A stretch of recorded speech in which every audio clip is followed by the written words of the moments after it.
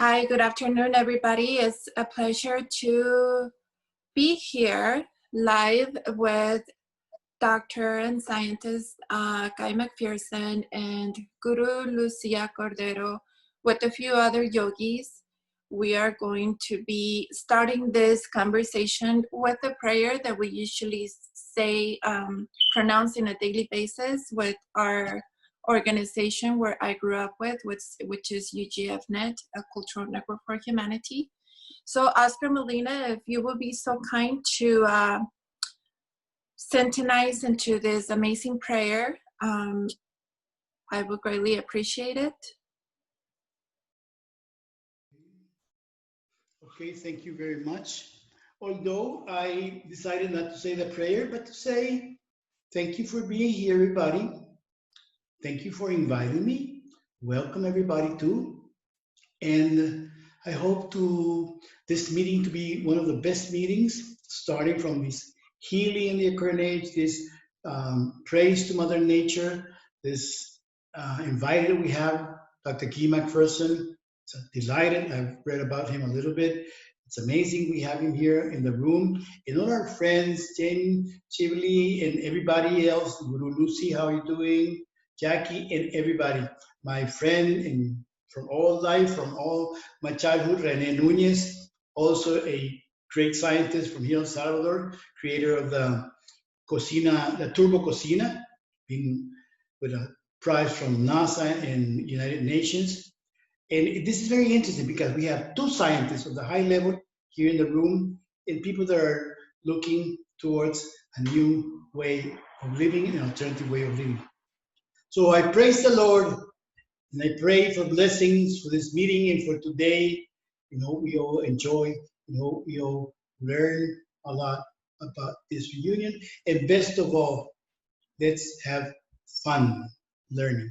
Thank you very much.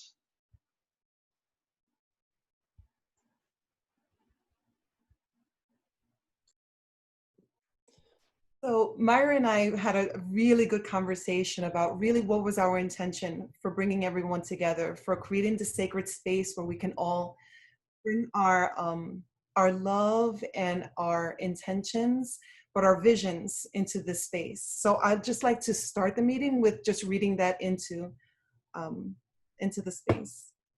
Living is synonymous with learning. Learning equals discovery, and discovery fosters consciousness. We will be gathering today in a conversation with Guy McPherson and yogis that will bridge the knowledge of Western philosophy and the wisdom of ancestral sciences. Our hope is that a profound shift will be initiated as we demystify a different perspective of life, of reality. We invite us all to ponder these questions. Who are we as human beings? What are we? How do we function? And what is our purpose on the planet in this time and place? And the best attitude of fatalism is progress, and you cannot hide from reality. Thank you so much, everyone, for being here. Myra? Yes, so I have been briefly in communication with Dr. Guy McPherson, and it has definitely gotten my attention, his theory, his wisdom, his knowledge, and that the fact that I admire him so much because everything that he brings out in social media and conversations, it's facts, it's scientists proven with facts. And I have been definitely following him. And at the same time, I have also questioned myself, what can I do? What can I do to help humanity with this drastic and alarming situation that we are in place right now with high levels of green gases and carbon dioxide? So I would definitely appreciate if Dr. Guy McPherson would jump into the conversation and let us know his theory and tell us more about you. Thank you for being here. Thank you, Myra, and everybody else involved in this call. I'm Professor Emeritus at the University of Arizona. I received my bachelor's degree approximately 3,000 years ago in forestry at the University of Idaho, and a master's and PhD shortly to follow, those both at Texas Tech University. And that's when I began studying climate change in earnest, was when I was a graduate student. Did my postdoctoral research at the University of Georgia, then did a teaching position as a visiting assistant professor at Texas A&M University. Then I began my career at the University of Arizona on May 1st, 1989, at the age of 29 barely. And I was a conservation biologist. I am a conservation biologist, and I conducted considerable field research there, overseeing the research of graduate students, technicians, postdocs, and of course my own research. And after I left active service at the University of Arizona in 2009, I continued my scholarly work, which kept taking me in the direction of abrupt climate change. And for the last several years, that has been my focus, and my passion has been abrupt climate change, the resulting loss of habitat for other species, as well as for Homo sapiens. And now, as a wild card thrown into the mix of the ongoing mass extinction event and the ongoing abrupt, irreversible climate change, we have a pandemic as well. So there's a Chinese curse, the third and the third worst of Chinese curses: may you live in interesting times. And I would say we're there.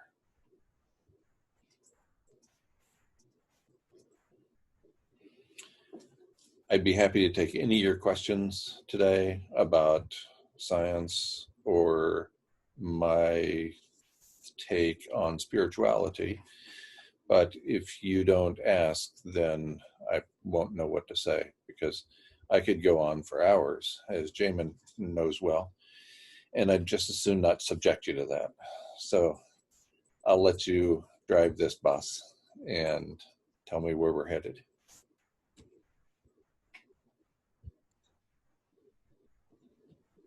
I'd like to invite Myra to bring into the conversation why we were so concerned and why we decided that we needed to bring these voices together. There was a post that she saw she was very concerned about. She called me, we spoke about it, we actually meditated together, did yoga, and really it was one of the first times that we felt the urgency to do something. We felt, I mean, we've been feeling this urgency, we've been intentionally creating opportunities to make intentional loving action into the world. But there was this, it was something about that post that we felt that there was something that we needed to do now and ground the truth now. Myra, would you mind bringing that conversation in? If I remember, Jackie, because we had these conversations a lot of times, and definitely one of the posts that got me very concerned is where basically Dr. Guy McPherson had delivered a message saying that we are in the edge of the seventh mass human extinction, and that the situation is irreversible. Pretty much that there's nothing we can do.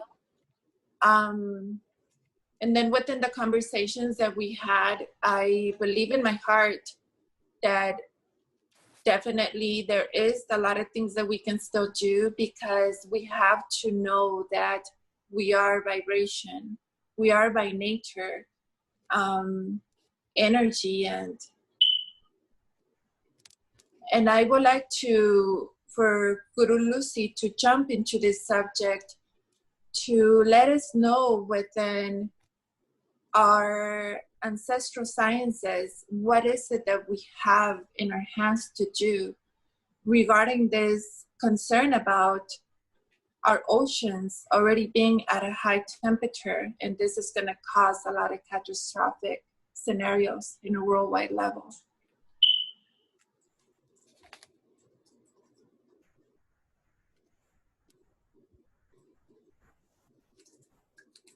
And I just got a notice that the live stream on Facebook has ended, and I'll see if I can reactivate that. If I can address one of the concerns you raised, Myra,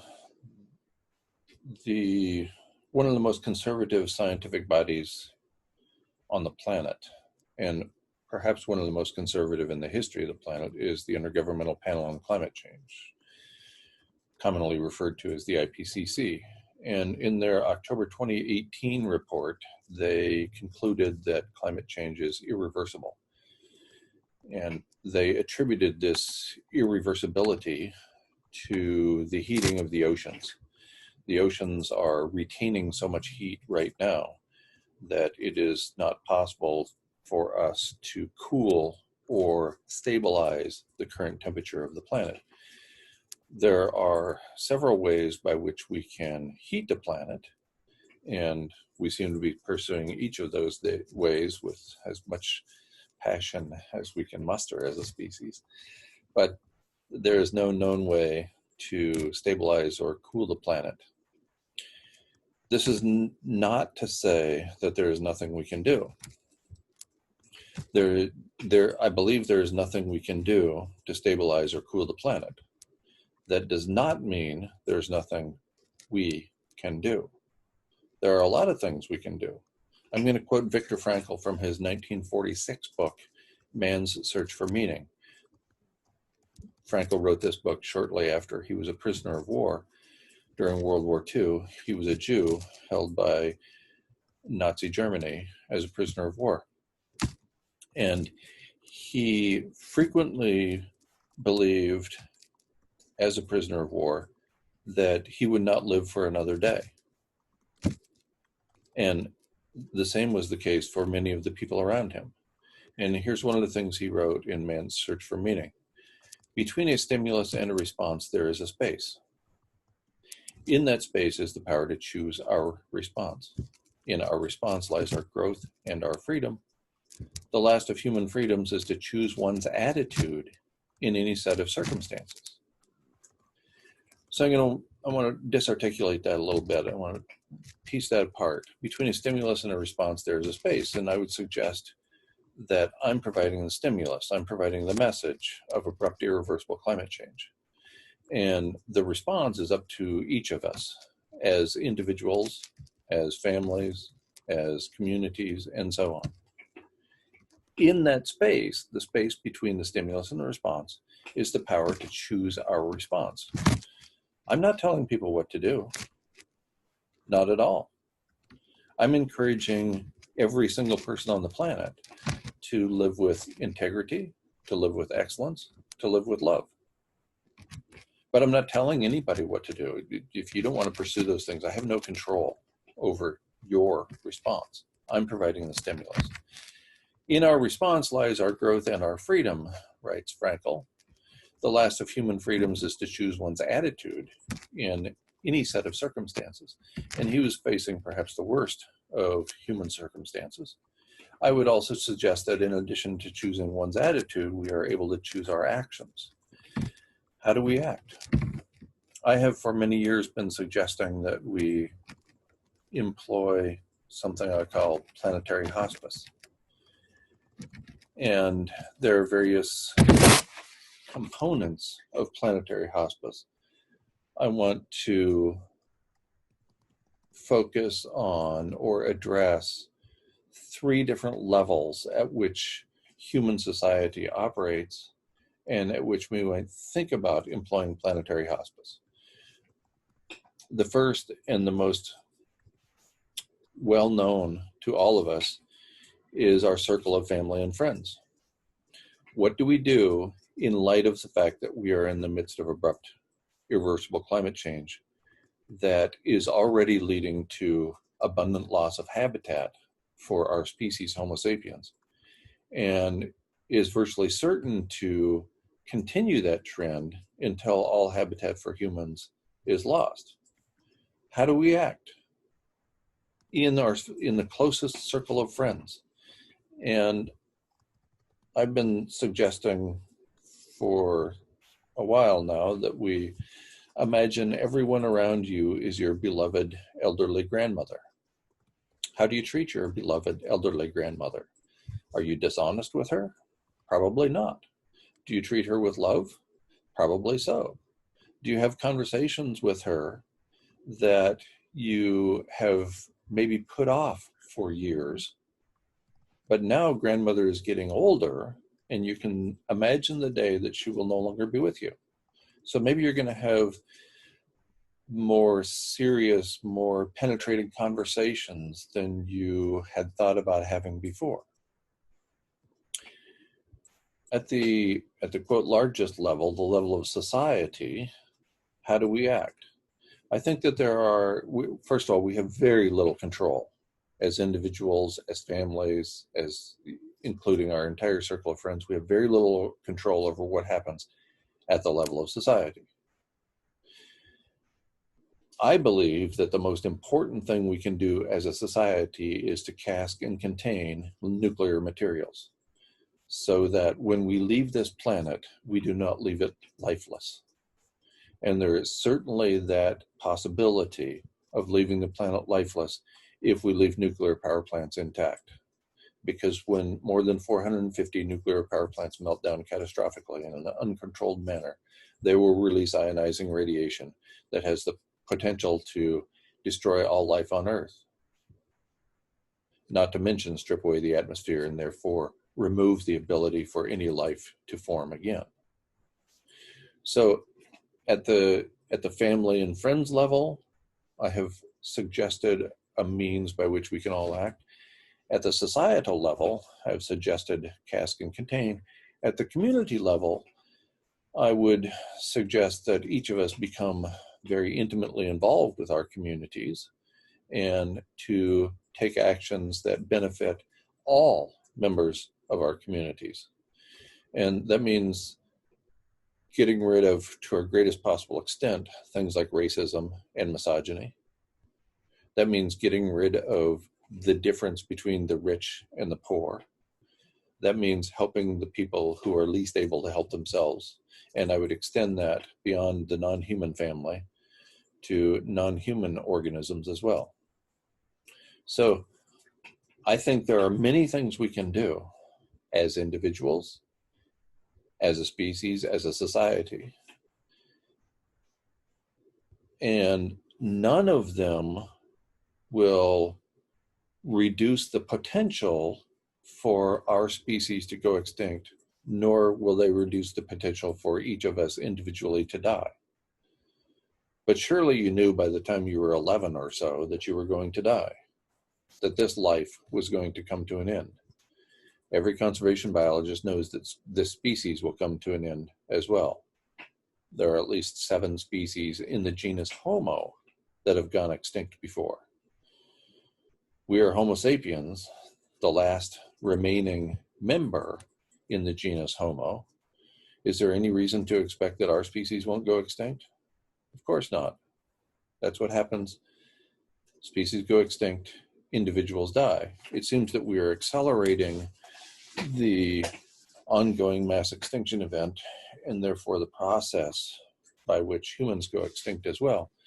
But that does not mean there are not thousands of actions that each of us can take every day to make the world a better place for the people around us.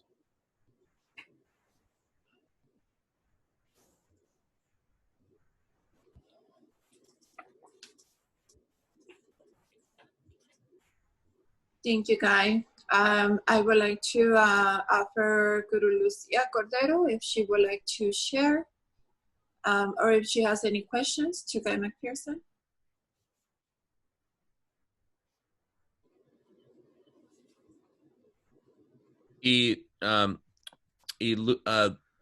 Lucy, ay, perdón, ¿cómo le hablo a Lucy? ¿Es doctora Lucy o Guru Lucy o ayúdame Mayra o Jackie?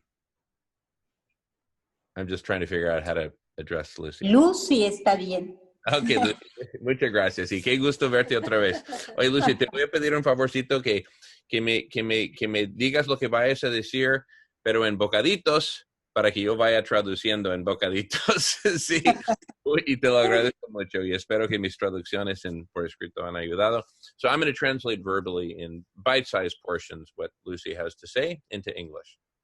Muchas gracias, Lucy. Adelante. Muchas gracias. Pues he estado muy atenta a lo que se está comentando y me parece que es un tema vital que nos ocupa a la humanidad entera, como bien lo han expuesto. Thank you. I've been paying close attention, and I think this is a vital conversation for all of humanity for the reasons expressed. Me parece que la vida en sí misma nos pone a la humanidad a prueba. Y a lo largo de la historia de la humanidad, hemos tenido muchos momentos de oportunidad y de profunda reflexión. Gracias. I think that life itself is one big test. It puts us to the test. And throughout history, there have been many great challenges that have put us into a space of reflection. And lots to reflect on from the past. Gracias. Mm-hmm.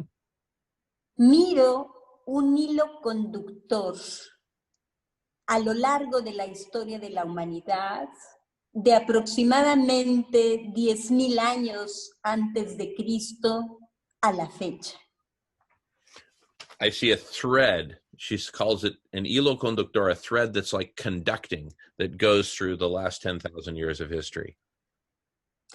Y ese hilo conductor es la toma de conciencia de la humanidad hacia la conciencia de unidad. And this thread is about connecting the consciousness of humanity to the consciousness of unity. No lo hemos logrado, no lo hemos podido hacer, pero la invitación a llegar a esa conciencia de unidad está pulsando en nuestro ADN. She says, we haven't achieved it yet, but the potential to achieve it. Repite, por favor, Lucy, lo último. Está pulsando. Pulsando, vibrando. Polishing. Okay, it's like we're getting there. It's getting polished, the path. Sorry. No. Y luego dijiste ADM, algo así. ADN, en nuestros genes. DNA. Okay, and it's getting polished in our own DNA, our genes. Mm-hmm. Por ejemplo, si hablamos de la tradición del yoga, yoga es unir, unión. Si hablamos del mensaje de Jesús el Cristo, también es unión, es el amor. Si hablamos de tradiciones milenarias, siempre está esa reflexión de ser uno con el universo. If yoga, for example, is all about uniting, Christ is all about uniting, all about love. If we look at our millennium traditions, milenarias, I guess traditions that have gone for thousands of years, que todas estas tradiciones son de unión, de amor, Sí. Unity and love. Mm-hmm. Estamos en ese mismo hilo conductor. Escucho, ¿verdad?, la invitación a que necesitamos detener las acciones que nos separen de nuestro planeta. Sin embargo, si no creamos la conciencia de unidad, no nos sentimos uno solo con este universo. If we follow the thread in the invitation, that will lead us, and we need to be conscious of the actions which separate us from the planet. Because if we don't pursue this unity consciousness, then, ¿qué fue lo último, por favor? Que si no perseguimos la conciencia de unidad. Si no nos sentimos conectados con el planeta, es muy difícil que nuestras acciones no sigan destruyendo. Yeah, if we don't feel this connection to the planet, it's very easy to see that our actions will continue to destroy life. Me parece que las circunstancias que vivimos, por ejemplo, actualmente en el mundo, nos van a llevar a esta profunda reflexión hacia la conciencia de unidad. That our current planetary circumstances are taking us to a place of reflection toward the unity consciousness. En la naturaleza humana y en el universo en general, siempre estamos moviéndonos en la polaridad. In human nature and also in the universe, we're always moving in a polarity. En nosotros, los humanos, nuestro cerebro es uno solo, pero tiene dos hemisferios, el derecho y el izquierdo. Our brain is just one, but it has two hemispheres, right and left. Y estos dos hemisferios nos dan una mirada distinta de la vida. El hemisferio izquierdo mira el universo separado del mundo, ¿no? El hemisferio izquierdo mira cada elemento del universo separado. The left side of the brain looks at every element in the universe as separate from all the others. Este hemisferio izquierdo es el que hemos desarrollado en los últimos miles de años como humanos. Y es lo que nos ha hecho tener acciones separadas de todo lo que nos rodea. And it's evolved over the millions of years, and it's given us the capacity to take actions which separate us from the rest of the world, of nature. Necesitamos construir herramientas que trabajen el hemisferio derecho, porque el hemisferio derecho de nuestro cerebro nos facilita la percepción de ser seres unidos con el universo. And what we need to do is build tools to help develop the right brain, because the right brain helps us to perceive that we are united with the rest of the universe. Necesitamos pasar a las acciones intuitivas, meditativas, amorosas, compasivas. We need to transition to actions which help us in the area of intuition, meditation, love, and compassion. Sí considero que estas acciones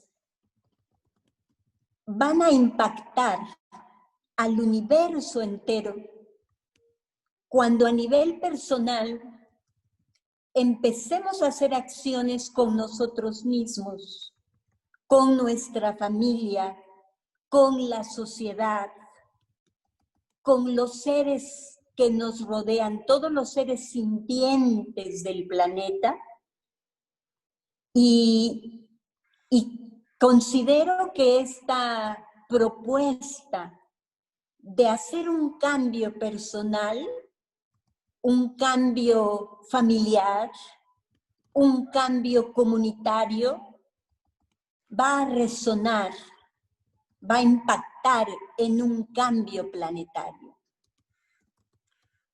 Okay, so please consider that our actions to have a total impact on the universe will start with actions at the level of the individual and with family, with community, et cetera, and that this proposal for personal transformation at the level of individual, community, and beyond will resonate in a planetary change, a planetary transformation. Si nosotros somos capaces de unir acciones congruentes con la vida planetaria, más cambios personales, individuales, sociales congruentes, sí me parece que podemos colaborar para la continuidad de la vida en este planeta.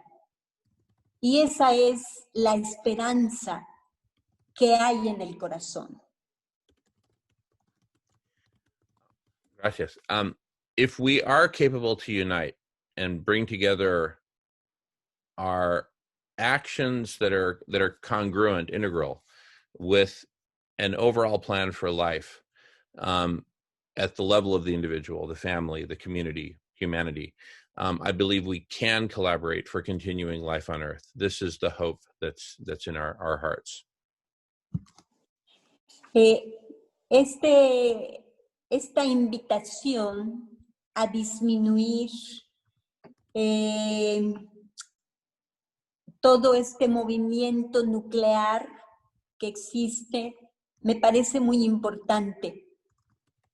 Tan importante como también hacer un cambio en la alimentación.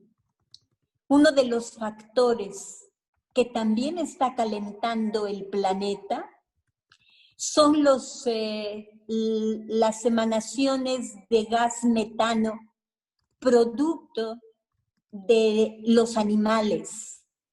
Sí me parece que necesitamos como una acción inmediata cambiar la alimentación de los seres humanos a una alimentación basada en plantas, porque gran parte del planeta se ha destruido de la tierra cultivando el alimento para los animales.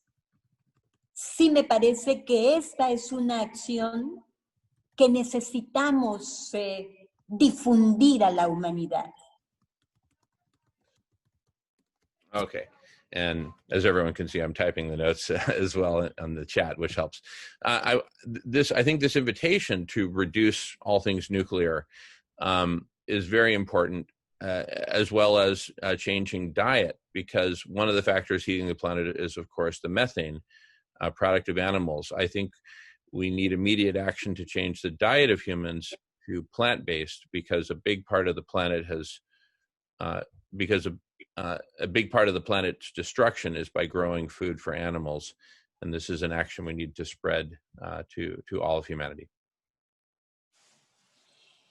Considero que esta acción, por ejemplo, cuando el ser humano reconozca en otro ser sintiente como los animales a una parte de sí y cultive la vida en la tierra, puede ser que la humanidad, la conciencia de la humanidad, dé un salto cuántico en el respeto hacia la vida de nuestro planeta en general. So I'd like for us to consider that this action in terms of treating other beings, our brother and sister species, when we extend this consciousness to all animals, that will be a quantum leap for respect for life in general. Bueno, de momento hago esta aportación y sigo atenta a la escucha. For the moment, Gracias. for the moment, that's what I'd like to contribute, and now I'm attentively listening to everything that will be said, and thank you so much.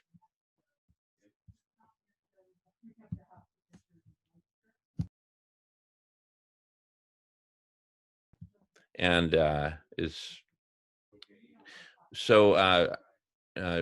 Jackie, Myra, I know, I mean, I would just like to perhaps give Guy an opportunity, but really it's a discussion for everyone. So if you have something to say, please just raise your hand and we can get a queue going. But my vote is love to hear more from Guy. I think that's the first time anybody said that in years, by the way. Oh, come on. Dice Guy que es la primera vez en años que se ha escuchado alguien diciendo que quiere escuchar más de Guy. Él tiene buen sentido de humor. In fact, if you don't mind, Guy, just give me little bites, then I can just rapid translate. I mean, why don't we test out both modes and just see what works best? Up to you. O sea, yo propongo que tal vez con voz en vez de escrito, pero igual, como gusten. Well, I'm not sure whether people want more of the science, more of the evidence indicating that we're in the midst of abrupt, irreversible climate change, indicating how close we are to human extinction, or whether people want a more philosophical approach from me. Guy pregunta que qué es lo que queremos, pues. O sea, todos quienes estamos aquí queremos más más de la ciencia, más evidencia, que tan cerca estamos a la, ¿cómo se dice? Al punto de la caída, pues, ¿sí? Irreversible, o quiere más de la filosofía, o pues, ¿qué quisieran escuchar más? Porque Guy puede hablar de lo que guste. I personally would like more of the evidence. Guy has said that even if we were to put an awareness of the green gases, that according to his knowledge, there's not enough hope. Even if the animal agriculture, industrial agriculture would stop today, what I've heard is that is not even a solution as of now, if I'm not mistaken, Guy, if you can clear that up. Lo que pregunta Mayra es que más de la evidencia, porque ha escuchado de las pláticas de Guy que aún si paramos toda la agricultura para los animales y todo eso, todos nos ponemos veganos, que aún así esto no lo pararía. Go ahead, Guy. Mm-hmm. Earth is at the highest temperature ever with humans on it.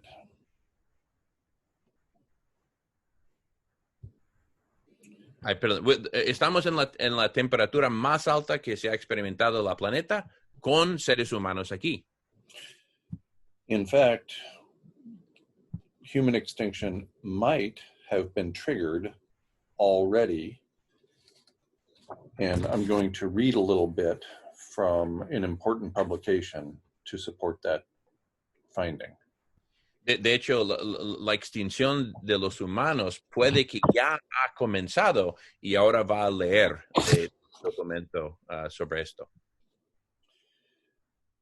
This major synthesis published in April 2019 by the European Strategy and Policy Analysis System. This is what I'm going to quote from. Es un documento de abril 2019 can you repeat once again, Guy, please, the name? Yeah, the European Strategy and Policy Analysis System. The European Strategy and Policy Analysis System. de Europa, estrategia y política, análisis, un sistema de todo eso.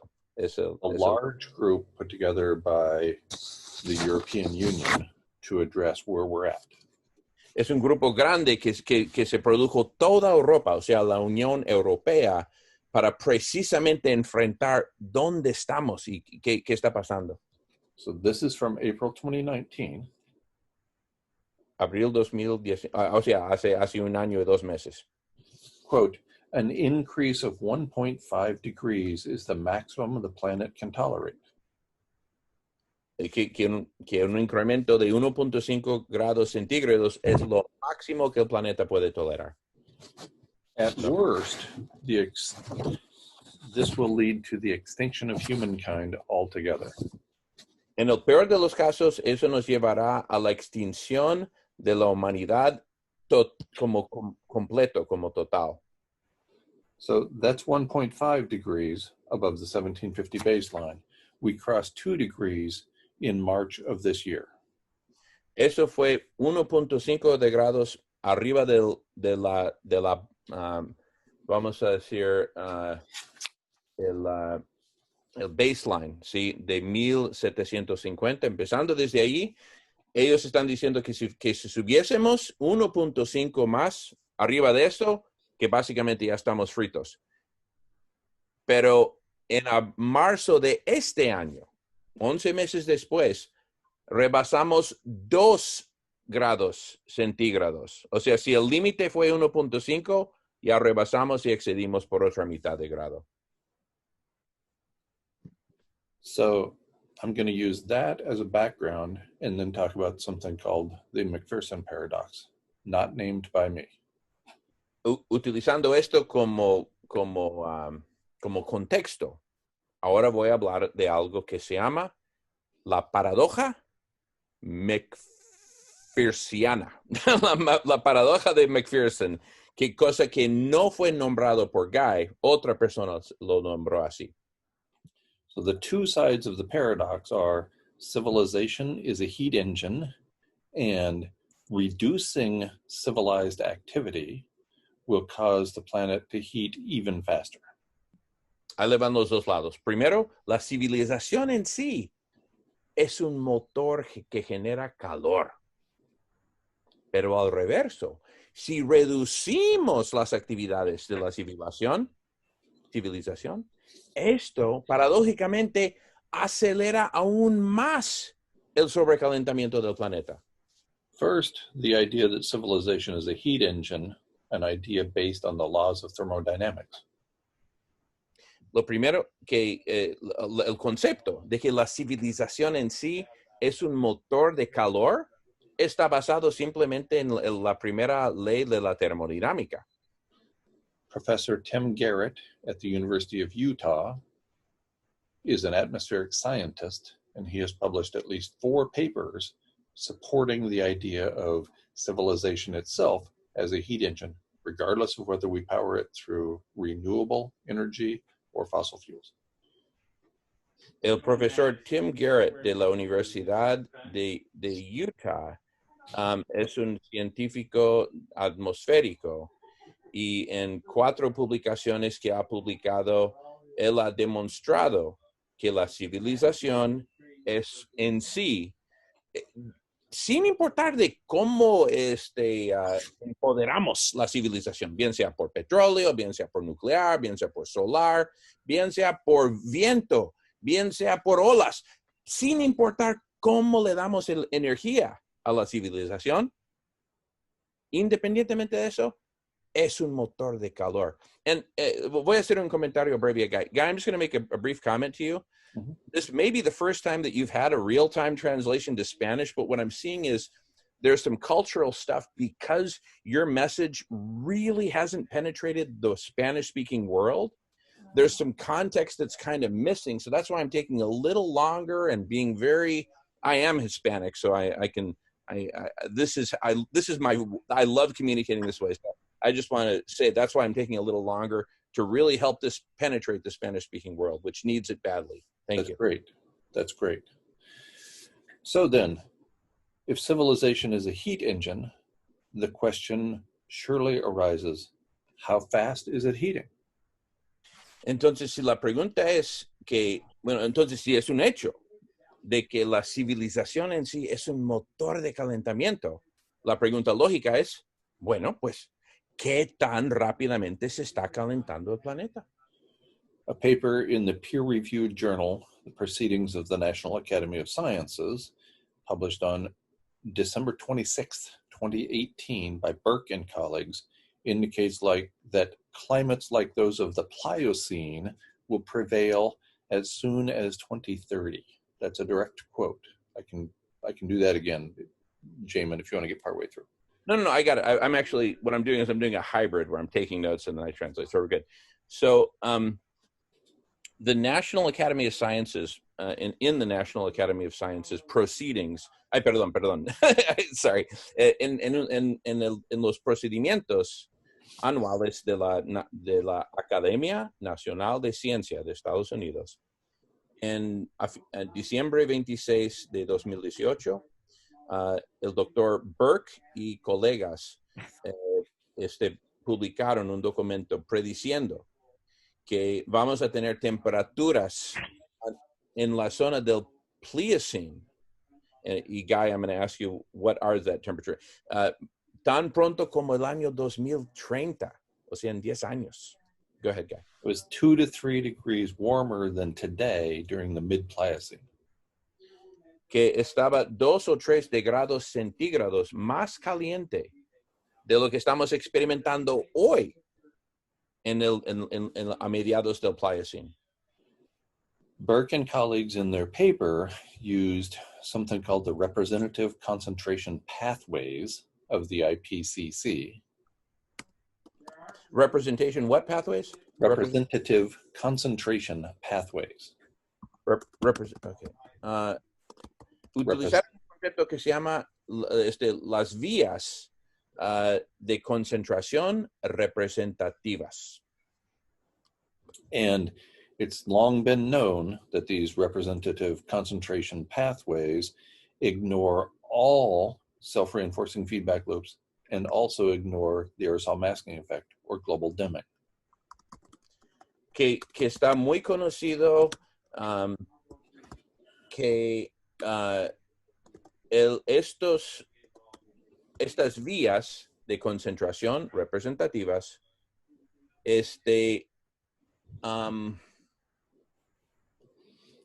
okay, Guy, I'm going to ask you a clarification here. Are we saying that when you say they ignore all the self-reinforcing, are you saying they're such powerful vectors that nothing's going to slow them down? Is that basically what you're saying? Yeah, well, no, the representative concentration pathways themselves indicate that society is going to continue at a certain level, and that does not take into account self-reinforcing feedback loops, and it does not take into account global dimming. It assumes that we're going to stay on one of 3 different paths. Those are the 3 representative concentration pathways, and there's no accounting for increases or decreases in temperature once you start on that path. Does that make sense? There's no accounting for increases or decreases once you start on the path. Right. So these representative concentration pathways, there are 3 of them. And they indicate different temperatures by 2030. Yeah. None of them take into account self-reinforcing feedback loops or the aerosol masking effect. Now I gotcha. Okay, so basically they're incomplete, right? Yes, absolutely. So basically, okay. Very conservative. Now I got it. Thank you. So lo que dice Profesor Guy es que estas vías de concentración representativas que nos llevan a estas temperaturas muy elevadas al año 2030, estas vías en sí no incorporan en su análisis las retroalimentaciones viciosas, los ciclos viciosos, ¿sí? De los cuales Guy ha documentado 67 at last count, self-reinforced, estos ciclos viciosos, como por ejemplo las quemas de los bosques en Australia, es vicioso porque emite los mismos gases que nos están reteniendo calor, etcétera. Lo mismo con el derretimiento del hielo. Esos son los círculos viciosos, lo que se llaman círculos de retroalimentación que se autorrealimentan. En español es más fácil decir ciclo vicioso, ¿verdad? Entonces, es peor aún de lo que se pronostica la Unión Europea. Y lo que pronostica la Unión Europea ya de por sí está demasiado mal, ¿sí? 2 o 3 grados arriba de lo que estamos ahora, y no se puede imaginar. Y lo que Guy está diciendo es que va a ser peor aún que eso una vez que se considera los otros ciclos viciosos. Go ahead, Guy. So, if we maintain industrial civilization, we are in real trouble very soon. What about if we reduce industrial activity? Entonces, si simplemente conservamos la actividad industrial tal cual como está, estamos en problemas demasiado grandes muy pronto. Entonces, ¿qué sucede si hacemos algo diferente? As little as slowing industrial activity by only 20%, according to a paper in Science in February of 2019, only a 20% reduction in industrial activity is sufficient to drive a 1 degree global average temperature spike in a very short period of time.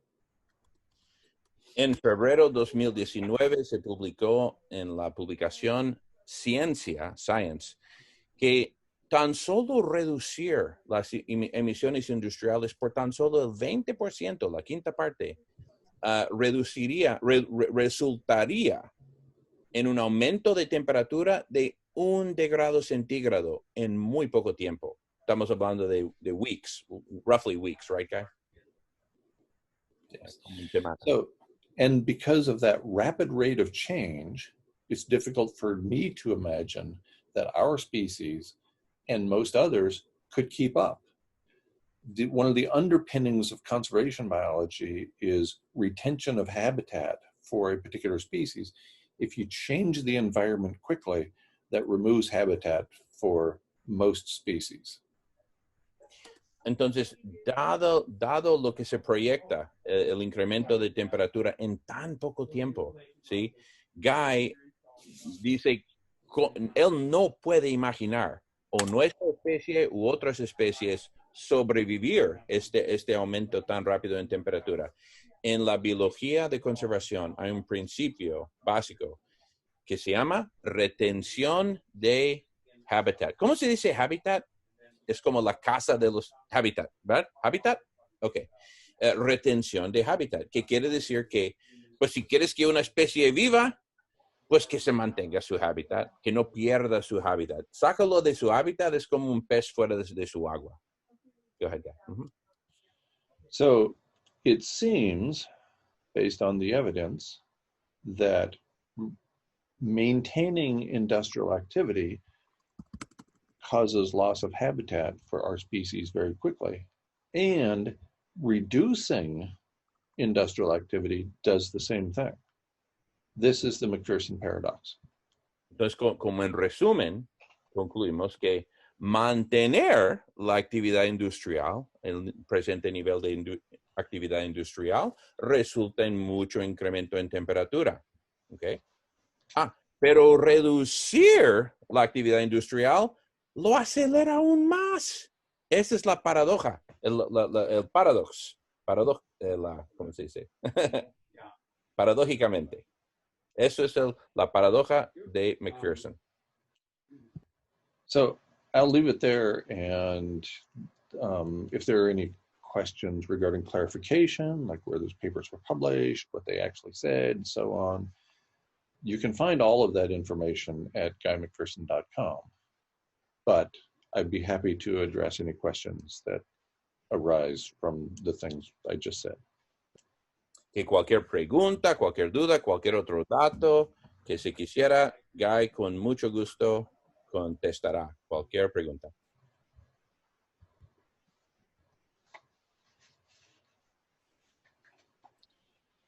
Sí, yo quiero preguntarle a Guy, bueno, es muy interesante lo que él nos está presentando, porque entonces la pregunta es, ¿qué vamos a hacer? ¿Verdad? ¿Qué vamos a hacer? Pero quiero preguntarle, yo veo dos aspectos. El primero que él nos plantea es, o lo que él nos está planteando, es cómo hacer o qué tenemos que hacer para que el planeta no se caliente.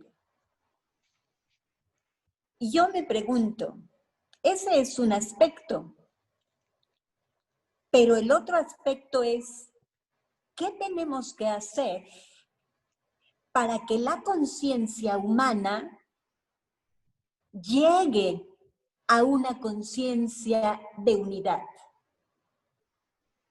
Él vincula estos dos aspectos como importantes o no. ¿Me expliqué? Totalmente, totalmente. Myra, Jackie, you guys you gals have the waiting room, right? Just want to make sure. Okay. It's very interesting, everything the guy is saying. And this leads her to ask, what are we going to do? And for her, there are two aspects. The first, based on what Guy says, how to do, what can we do so that the planet does not overheat? And then that's one aspect. And then the other aspect is, what do we have to do so that human consciousness reaches a place of unity, a state of unity? And do you, Guy, think that both are important or not? What do you think? I think it's critical, if we're interested in remaining on this planet, that we figure out a way to compensate for the aerosol masking effect and therefore stabilize or cool the temperature of Earth. There's no known way to do that. However, Jamin and I are both working on a potential strategy to do just that. So that it's critical that if we are going to stay on this planet, that we need to compensate for the aerosol masking effect. Perdón. Sorry. Dice guys que si es crítico. Sorry.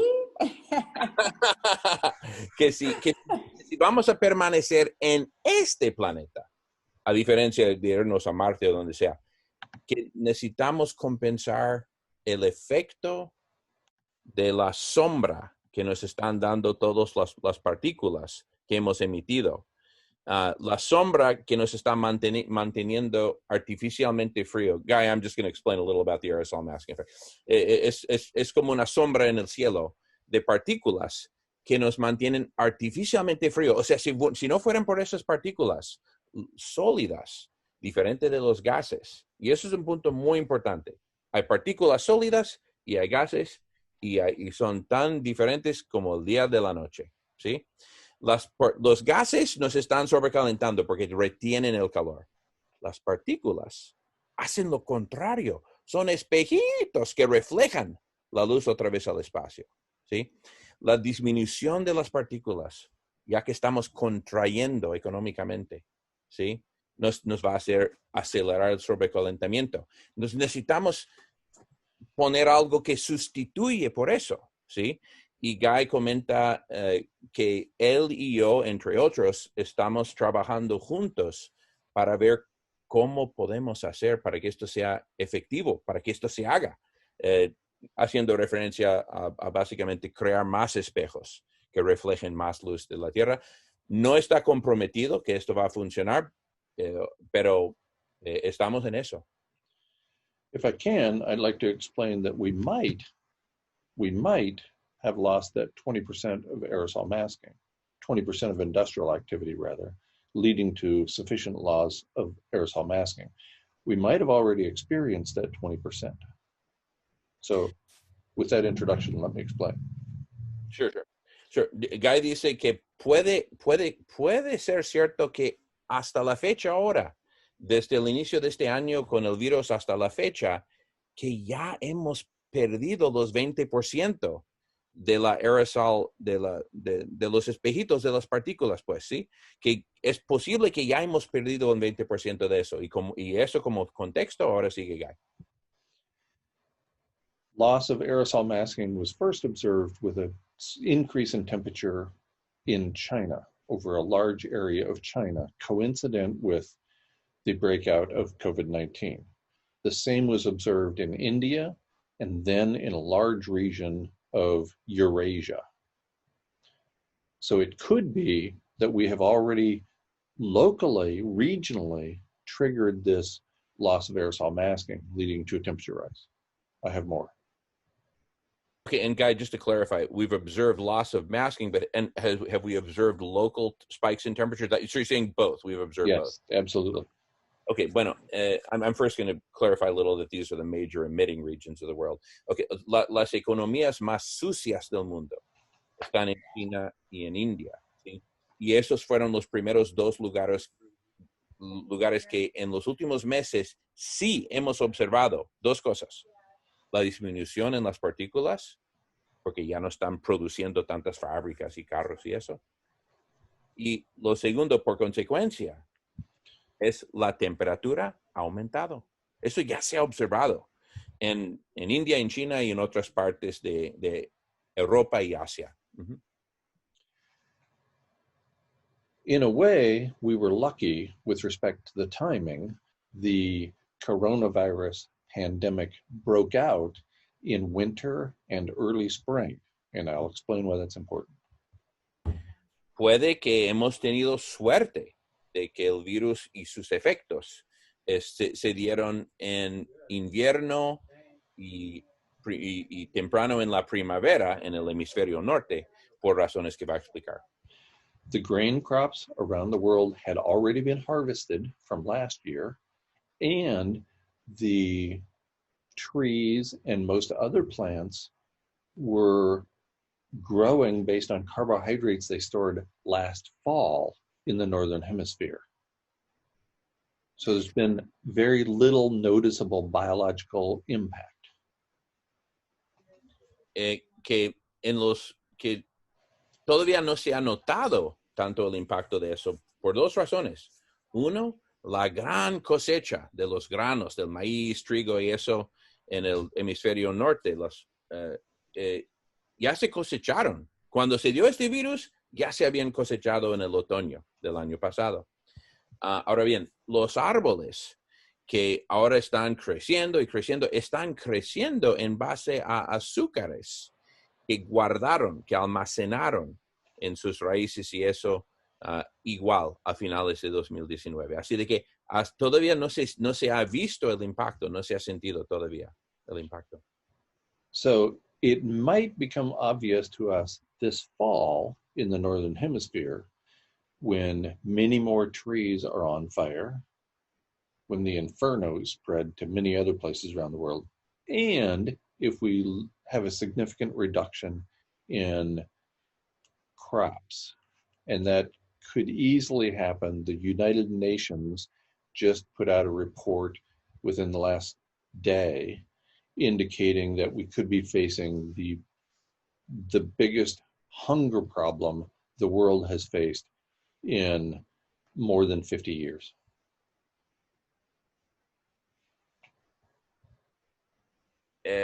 Que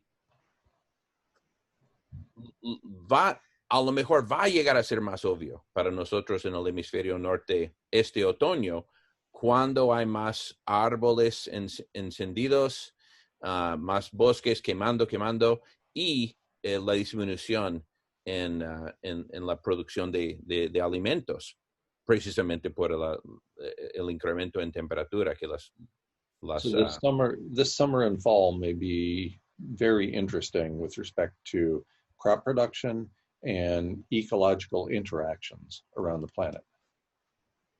que este verano y este otoño pueden ser muy interesantes en cuanto a lo que se va a observar y las reacciones de diferentes partes del planeta al sobrecalentamiento. Y de hecho, las Naciones Unidas en los últimos 24 horas comunicaron que parece que vamos a tener el problema más grande de hambre que se ha visto en la Tierra en más de 50 años. Would anybody like clarification or additional information about the evidence? ¿Alguien quisiera alguna clarificación o evidencia o información adicional sobre estas evidencias?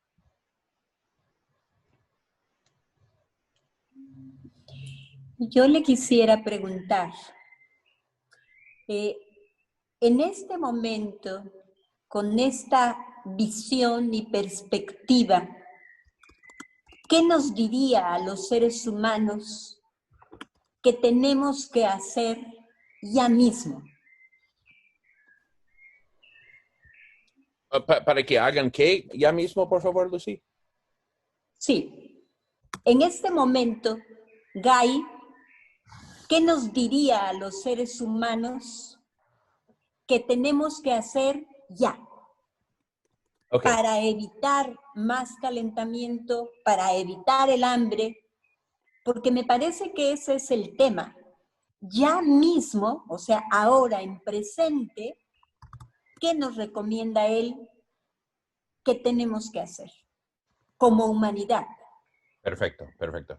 So basically, Guy, with all of the perspective that you've given us and vision, etc., what would imagine that you could just speak directly to all of humanity? We're all listening, right?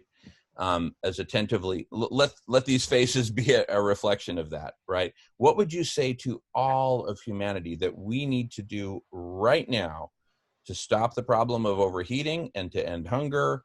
You know, these big problems that you've illuminated. I think first and foremost, it's not about us collectively, sadly. I wish it were. But I think instead, it's about the handful of billionaires who have the ability to draw attention to this predicament and to do something about it.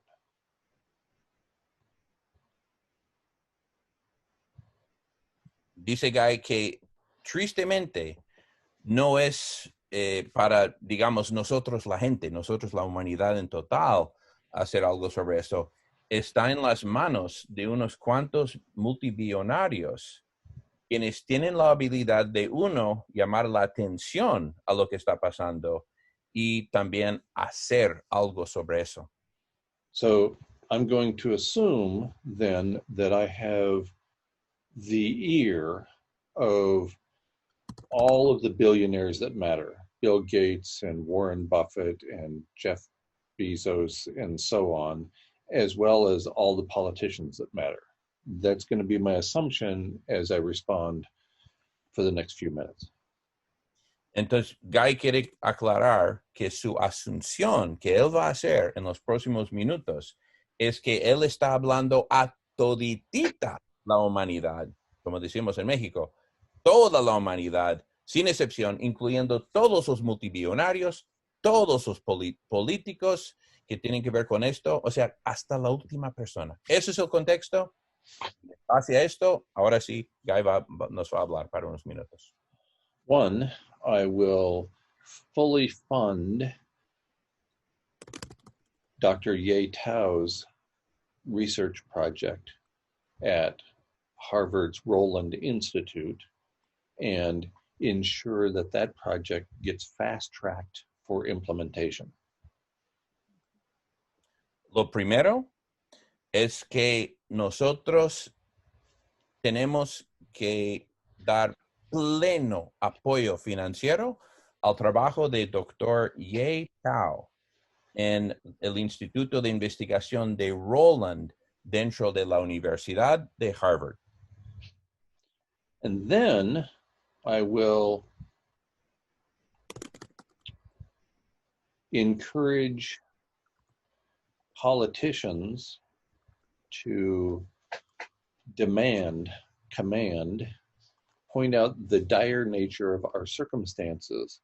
This is far worse than World War II. Entonces, también él pide a todos los políticos que ellos expresen, comuniquen con la máxima urgencia la naturaleza de nuestras circunstancias y que actualmente son peores que la Segunda Guerra Mundial. So in addition to managing the aerosol masking effect through the MIRS project, I will ask for significant sacrifices from every human being on the planet with respect to how we live from now on. Entonces, aparte del pleno apoyo al proyecto que mencionó de Harvard, de Dr. Ye Tao, que se llama Mirror Reflection, reflejar la luz del sol al espacio para enfriar al planeta, aparte de apoyar esto plenamente, va a pedir sacrificios significantes a toda la humanidad en cuanto a cómo nosotros vivimos. For example, I will ask people to live much more closely to the land than they currently do. More than 11 years ago, I left active service at the University of Arizona, lived on a small piece of property, and grew enough food for me and the other people who were living with me. It was a tremendous sacrifice. I opted out of the monetary system more than 11 years ago. And if I could do this as a professor, if I could learn how to grow food, if I could learn how to build structures, if I could learn how to maintain the food and water supply for a few people, then anybody could do it. Dice Guy que una cosa, un sacrificio es vivir mucho más cerca a la tierra. Por ejemplo, hace más de 11 años, Guy, viviendo sus creencias, I'm saying living your beliefs, Guy. I'm going to edit, if I editorialize, I'll say it in English. He salió de su servicio activo en la universidad como profesor con todos beneficios, etcétera. Salió de todo esto y fue y compró un terreno no muy grande en Arizona, o New Mexico, Arizona. New Mexico, gracias. Nuevo México, y hicieron una comunidad pequeña y producieron todo el alimento que necesitaban, aunque fuera desértico. Entonces, si él pudiese hacer esto como un profesor jubilado, cualquier lo puede hacer. So I will be asking everybody to make significant sacrifices, as people did during World War II. In the United States, during World War II, people growing food on their lawns produced almost half of the food supply for the entire nation. We suspended production of domestic automobiles. People didn't make demands for a new car every year. There were many sacrifices that were made at the individual level. We must do much, much more than that if we're going to tackle this problem. It will affect every aspect of all of our lives. We need to focus on education and food. Education and food. Just as Cuba did when the Soviet Union collapsed. The Soviet Union focused on human health and producing food. And they got through with flying colors. It's called the special period, a special period, after the Soviet Union collapsed. And I think that if we're going to get through this, we need to fully fund the MIRS project to deal with aerosol masking. And we need to insist that everybody on the planet make similar sacrifices and figure out if we're willing to survive as a species.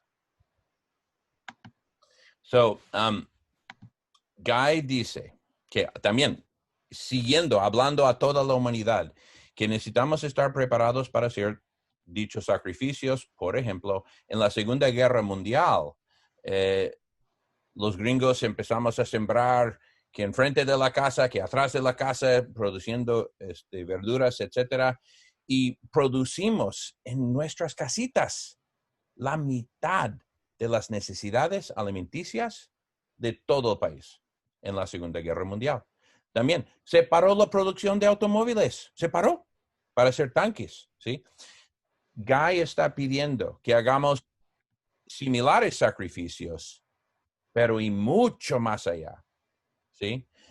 Y da el ejemplo de Cuba, en lo que se llama el periodo especial de Cuba, que antes del periodo especial, la Unión Soviética, I'm just giving a little context, Soviet Union was pumping, la Unión Soviética estaba aportando como 10 millones de dólares diarios a Cuba para que Cuba se mantuviera, ¿sí?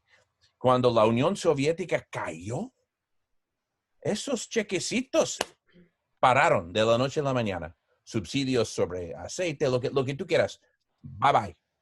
Entonces, eso fue el inicio del periodo especial. Y mucha gente observó. I'm a student of Cuban history, so I'm commenting.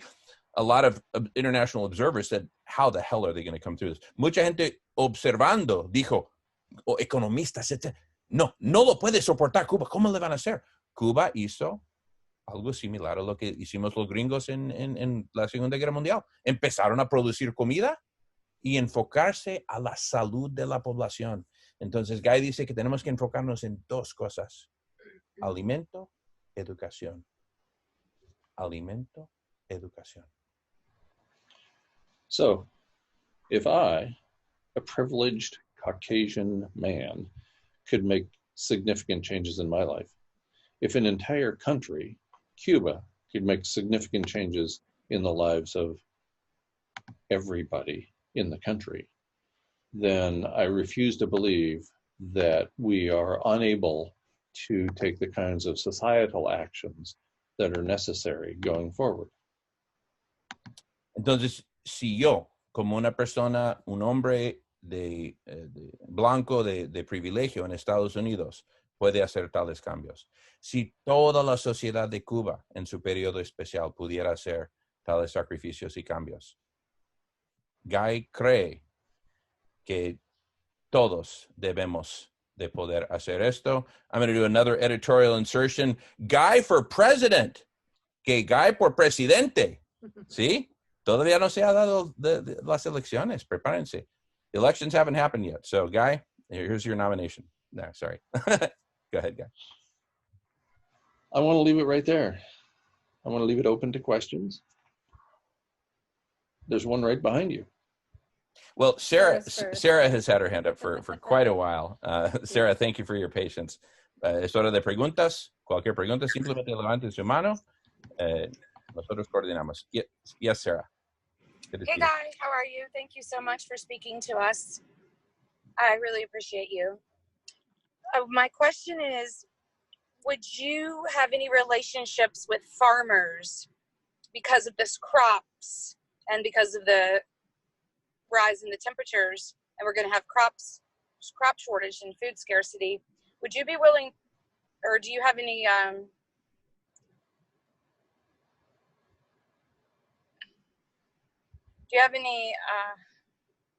don't know how you say it, my brain is so fried.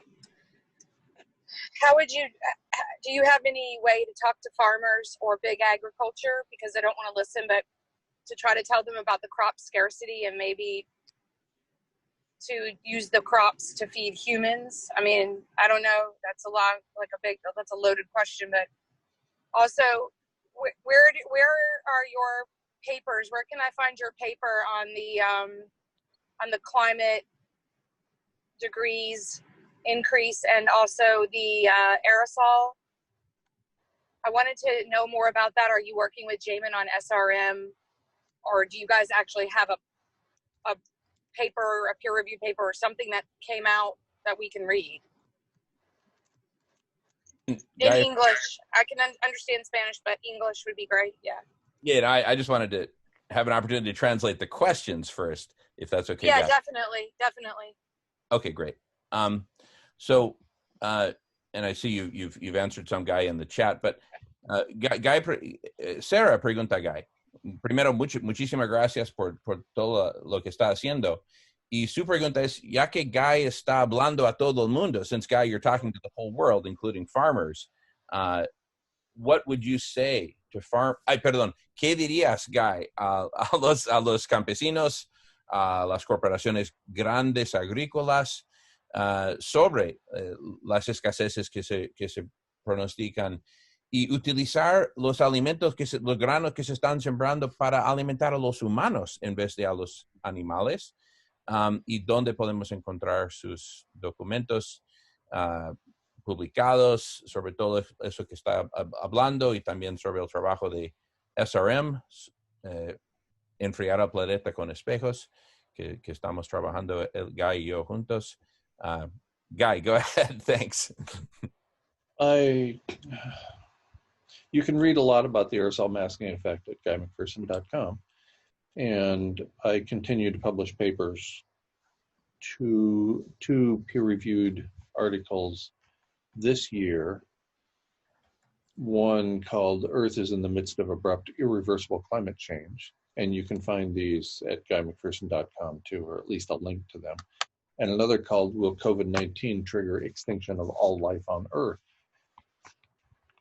And if we continue along the same path, there's a little question about that.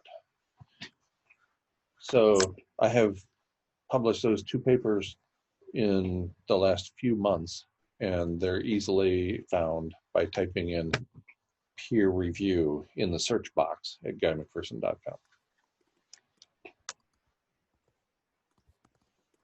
Ok, dice Guy, en primer lugar, se pueden encontrar los más recientes documentos al poner peer review, lo que yo acabo de teclear en el chat. Pongan peer review en la caja de búsqueda en guymcpherson.com, que Guy puso su sitio web ahí.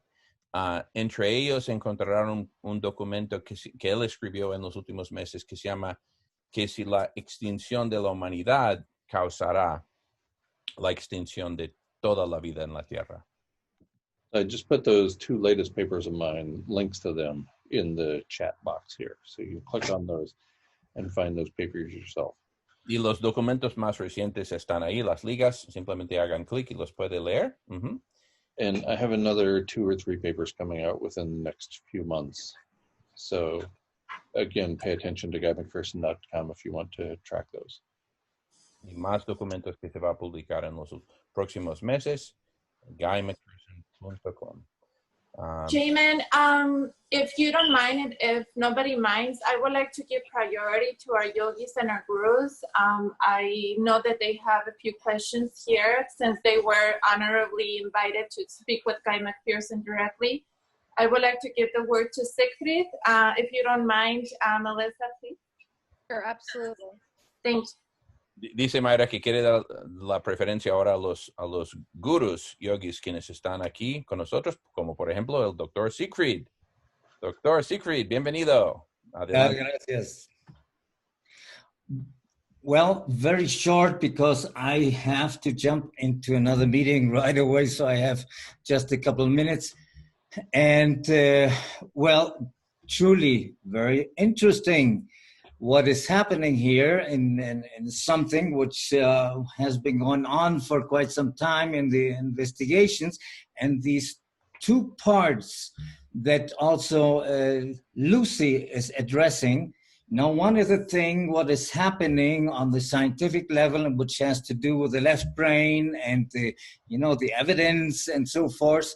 And then there's the right brain, and there's the magic and the cosmic laws of that everything is mind and everything is mental. Well, I stop, otherwise there will be too much to translate. Thank you, sir, for bringing that up. And I personally, since I've lost most of the privilege I once held, although being a Caucasian man of a certain age comes with enormous privilege of its own. But I gave up on a lot of the privileges that I had. And so I live much differently now than I once did, and with a lot less hubris than I once had. And I suspect if most people were able to make the kinds of changes that I've made over the course of the last decade and a half or so, then the world would be a better place as a result. Que, en primer lugar, muchas gracias. Bueno, puse las traducciones también en el chat, que el doctor Siegfried tiene que ir a otra reunión en un par de minutos, y que preguntó sobre las leyes cósmicas y de todo lo mental. Guy da las gracias y habla de que perdió muchos privilegios, aunque por ser de su edad y un hombre y blanco en esta sociedad tiene de por sí unos privilegios, pero vive muy diferente ahora, y que los cambios que él ha hecho, que si todos lo hicieran, yo creo que sí pudiera tener gran impacto. Yeah, I of course I didn't finish the idea because of the translation.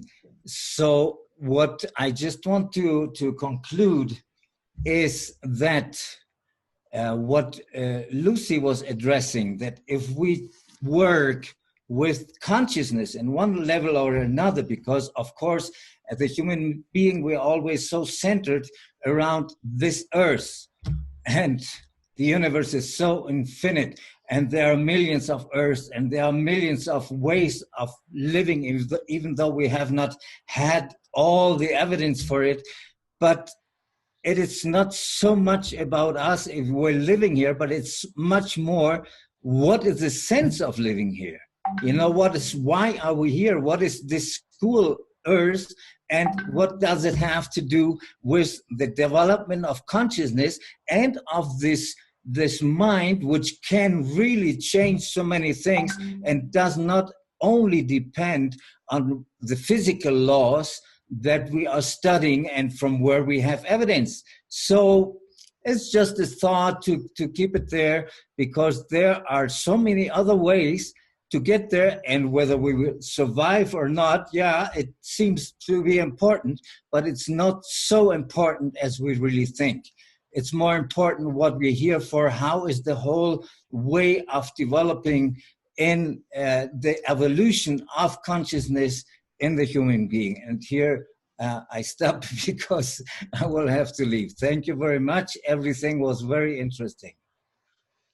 Muchas gracias, Dr. Siegfried. Para traducir rápidamente, que en lo que respecta a lo que hablaba Lucy, que en cuanto a la conciencia, estamos aquí, los seres humanos estamos muy concentrados en esta tierra, pero hay millones de tierras, hay millones de formas de vivir, y no es todo sobre nosotros, que tanto como la pregunta, ¿por qué estamos aquí?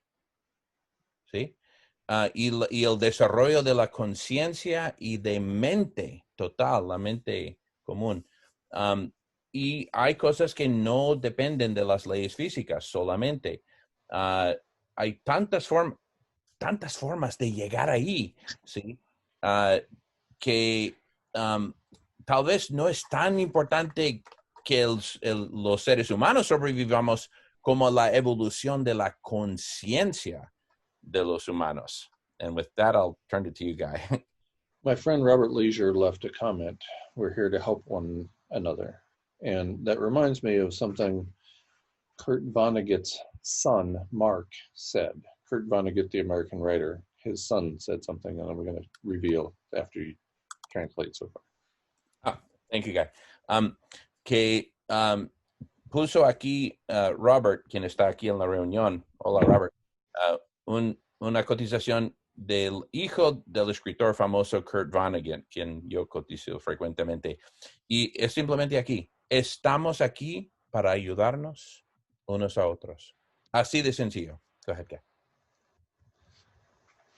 Mark Vonnegut was in an insane asylum because he had serious mental issues when he was younger. And he went on to be a Harvard-educated medical doctor. And between those two events, he said, we are here to help each other through this, whatever this is. que a una edad muy joven tenía problemas mentales y hasta estuvo en un asilo mental de joven. Pero superó eso y hasta llegó a ser un doctor educado en Harvard. Y entre esos dos periodos en su vida, él escribió que estamos aquí para ayudarnos a superar eso, siendo lo que sea eso. O sea, sin decir, eso es eso. Sin saber qué es, estamos aquí para ayudarnos a superar, a sobrepasar eso, siendo que sea eso.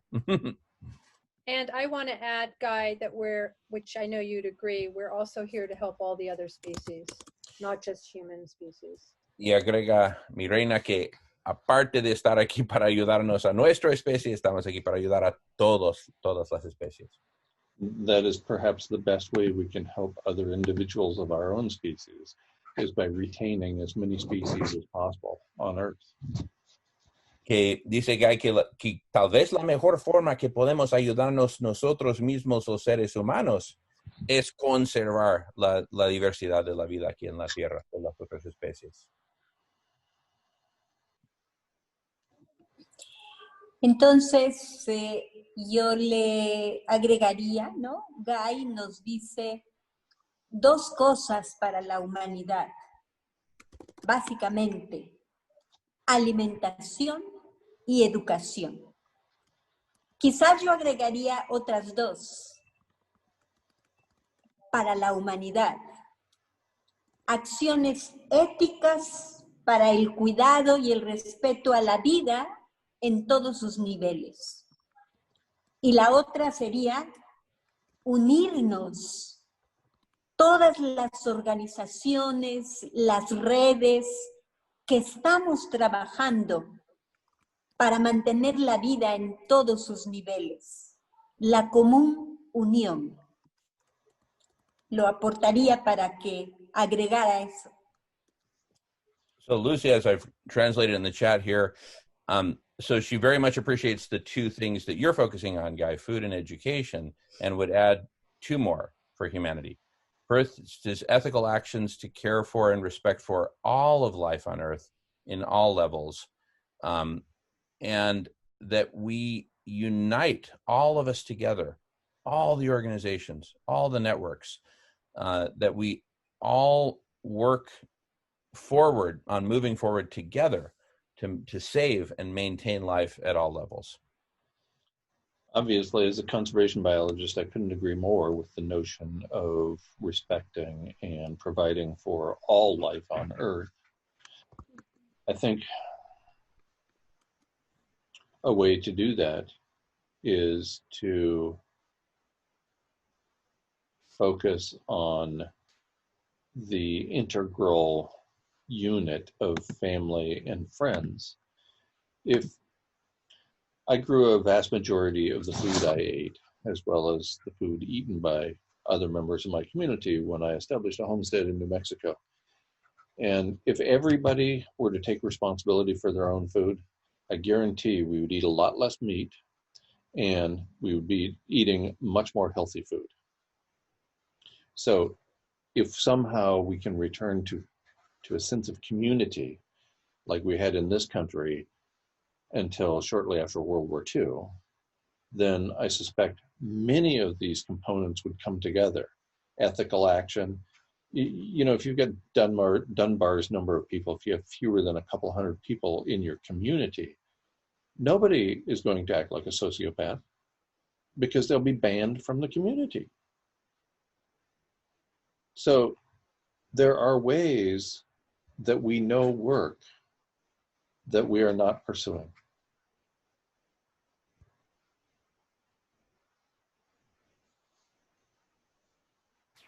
Dice Guy que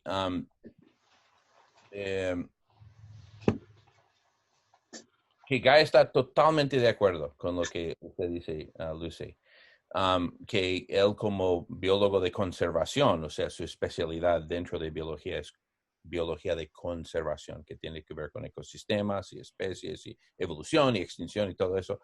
Como específicamente su especialidad él aprecia eso, quizás más que que lo promedio.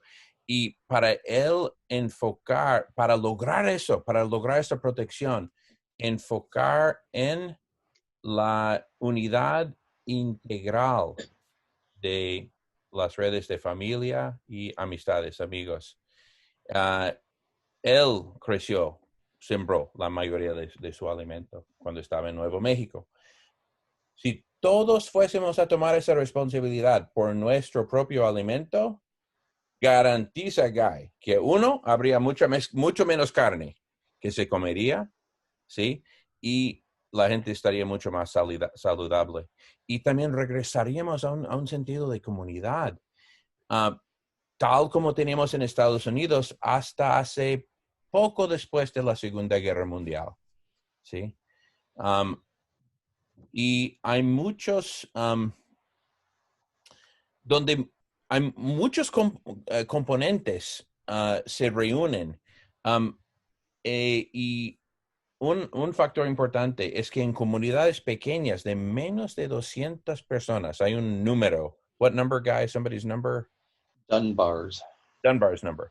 El número de Dunbar, que 200. Si tienes una comunidad de menos de 200 personas, no hay sociópatas, ¿sí? Gente simplemente 100% destructiva, porque la comunidad simplemente no los tolera, los rechazaría, ¿sí? Entonces, hay cosas que sabemos que funcionan y hay que aplicar lo que sabemos.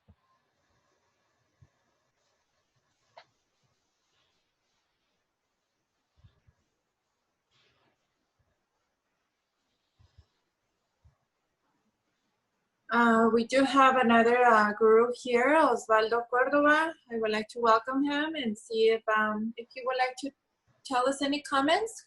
Guru Osvaldo Cordova, si quiere compartirnos algún comentario, alguna pregunta, se lo agradecería de todo corazón también. Sí, con mucho gusto, con mucho gusto. Me encanta ese tipo de reuniones donde hablamos para el bien común. Hablamos para encontrar entre todos una salida digna de la humanidad. Yo sumaría que, porque estoy investigando desde hace muchos años, más de 45 años investigando sobre cómo podemos mejorar nuestra actitud, cómo podemos ser mejores seres humanos. Y yo sumo a lo que ya han dicho ustedes, que requerimos vivenciar, practicar disciplinas milenarias. La meditación, por ejemplo, aquieta la mente, la hace más asertiva, más confiable, si la podemos llevar más despacio. Va muy rápido en la mente y en muchas ocasiones nos equivocamos. No es suficiente una mente racional para vivir en paz, para encontrar la armonía. Necesitamos una mente más quieta, más reflexiva, más profunda, más intuitiva. Entonces, la meditación, el yoga, la alimentación vegetariana, crea un cambio energético apropiado para que salga lo mejor de sí mismos y que nos facilite hacer un trabajo real, concreto, en favor de la humanidad. El trabajo impersonal es importantísimo. El trabajo de la comunidad, el voluntariado es importantísimo para que podamos ir progresando poco a poco. No es fácil los cambios, pero empecemos ya porque ya es el tiempo. Gracias. Muchas gracias, Osvaldo. I translated to English in the text here, but basically, he loves this type of conversation that is for the common good. And because out of this come dignified solutions, dignified at the level of humanity. He's been researching for over 45 years how to improve our attitude and be better humans, right? And he says that these require millennium disciplines, if I translated right. And Myra, Jackie, correct me if I'm wrong, but disciplinas milenarias, millennium level disciplines, meditation, quiets the mind, makes us to be more perceptive, the mind more reliable. You know, we make mistakes. It's not enough to have a rational mind and to live in peace. We need to quiet the mind and become more reflective, more profound, more intuitive. So meditation, yoga, I think he said vegetarianism, to bring out the best, to do real concrete work in favor of humanity, getting away from ego and centered on ourselves, more towards community and progress. It's not easy, but let us start now. The time is now. Yes, and I would argue that the best measure of our character is how we act in the face of impossible odds. So if there is no chance of humans getting through this mass extinction event, this abrupt, irreversible climate change, this ongoing pandemic, if there's no way we can get through that bottleneck, then still the best measure of our character, or even more the best measure of our character, is how we act in the face of impossible odds.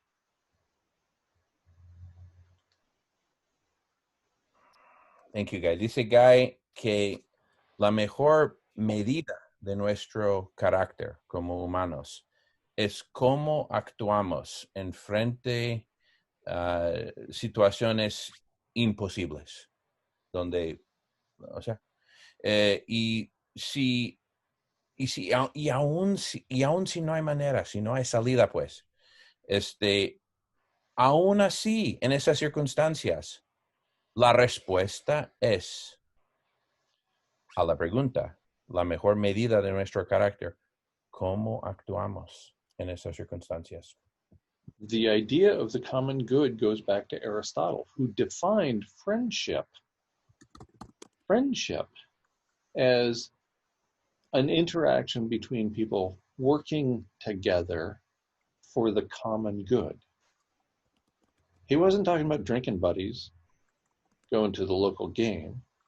He was talking about a friendship that unites people because they are working together for the common good.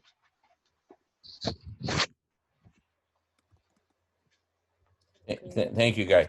Guy says that Aristotle wrote that the definition of friendship. Perdón. Que Aristóteles de Grecia escribió la definición de la amistad, o el nivel más alto de la amistad, es trabajar en conjunto para el bien común, ¿sí? La interacción entre la gente trabajando conjuntamente para el bien común, y no estamos hablando de gente que se junta para tomar y ver el fútbol, pero trabajando en conjunto para el bien común. Y voy a hacer algo como traductor. I'm going to now say something as a translator to really help bridge this, to fulfill my duty. Aquí en el mundo hispano, en nuestra cultura, yo sé que son muchas culturas y que no es una sola, hay muchos países donde hablamos español, pero en nuestras culturas plural, esto es algo que se da. Nos juntamos y vamos hacia el bien común.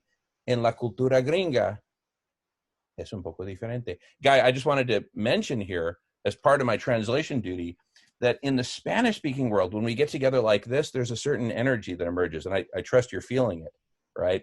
That's a bit different from the gringo culture where we get together and, I'm just saying it's different. I don't even want to try to characterize it.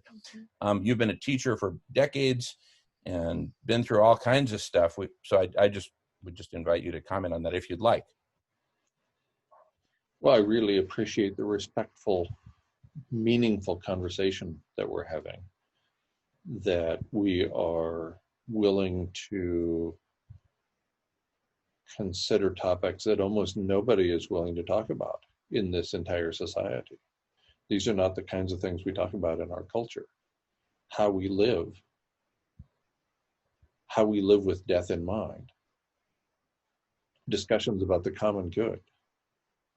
Discussions about compassion, conviction, and commitment. And what are we here for anyway? This is a wonderful conversation. Thank you for letting me play a part in it. Guy dice que él aprecia muchísimo esta conversación que estamos teniendo, porque es tan respetuosa y de tanto significado profundo. Y esas son conversaciones que casi nadie tiene la disposición para entrarle y hablar en nuestra cultura. And Guy, when you say our culture, I'm assuming you mean American culture. No, Okay. I mean Western civilization, broadly defined. Guy está hablando de culturas en la civilización del oeste, ¿sí? En general. Yo argumentaría que las culturas hispanas somos diferentes, pero I'm just editorializing, saying I would argue that the Spanish-speaking cultures are a bit different, kind of their own category, but that's just me. Pero entonces Guy está diciendo que en las culturas occidentales, hablando en términos generales, que estas conversaciones de cómo vivimos y vivir con la muerte en mente y sobre el bien común, sobre compasión, convicción, compromiso, ¿por qué estamos aquí? ¿Sí? Son, a Guy le encanta y son contadas en su experiencia.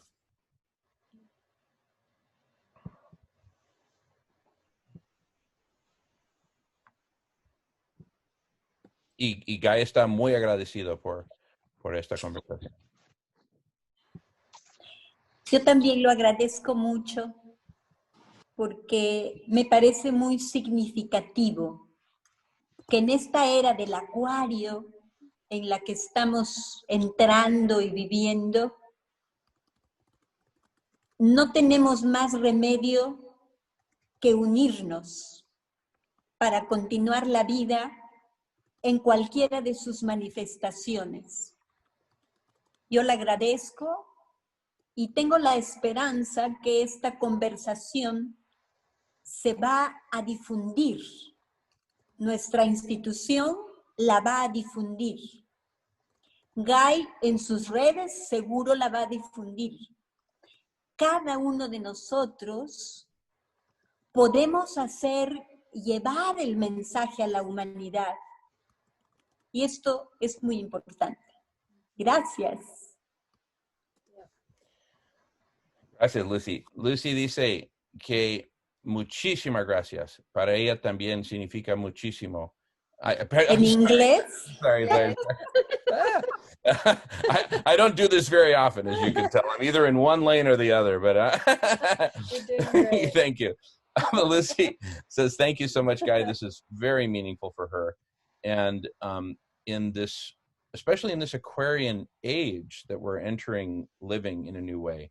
And there is nothing more healing than uniting us all together, and to continue life in its myriad forms. And I hope that this conversation will spread, and that our institutions will spread it, that Guy, that you will spread it, and that all of us will spread it and take this message to humanity. This is very important.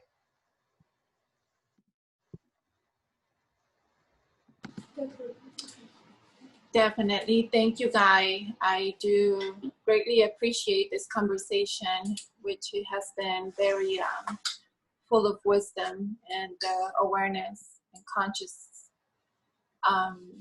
bringing consciousness within us. And I wanted to, Jackie and I, we are organizing a worldwide meditation all over in different parts of Europe, Canada, India, Africa, Mexico, Central, South America, here in the United States, to receive the summer solstice and to dedicate this meditation to our ancestral mother, to help her heal, sorry.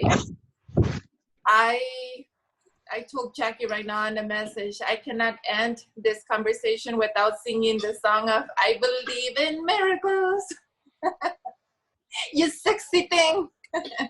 I do believe in miracles. I do believe that, yes, we have to put our part. Yes, we have to spread the word. But I also believe that we have a superior intelligence that knows exactly what it's doing.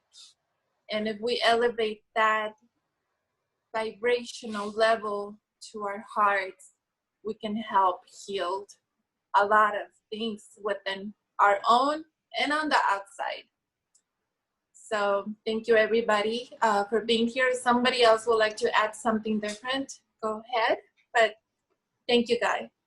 You want me to translate to Spanish? Thank you, Guru Lucy. Thank you, Córdoba. No, yo lo traduzco, Jaime.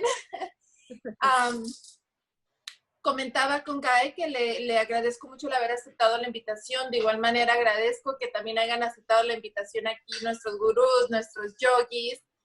Le decía a Guy que yo no me puedo despedir sin antes compartir que entre Jackie y yo estamos organizando una meditación mundial desde África, Asia, Australia, Canadá, Centro, Suramérica, aquí México, Estados Unidos, para recibir el solsticio de verano, para dedicar esta meditación a nuestra madre ancestral, porque yo creo en milagros, creo en esa inteligencia superior que hay veces que ni siquiera la ciencia puede determinar qué fue lo que de repente pasó, que hizo un cambio cuántico.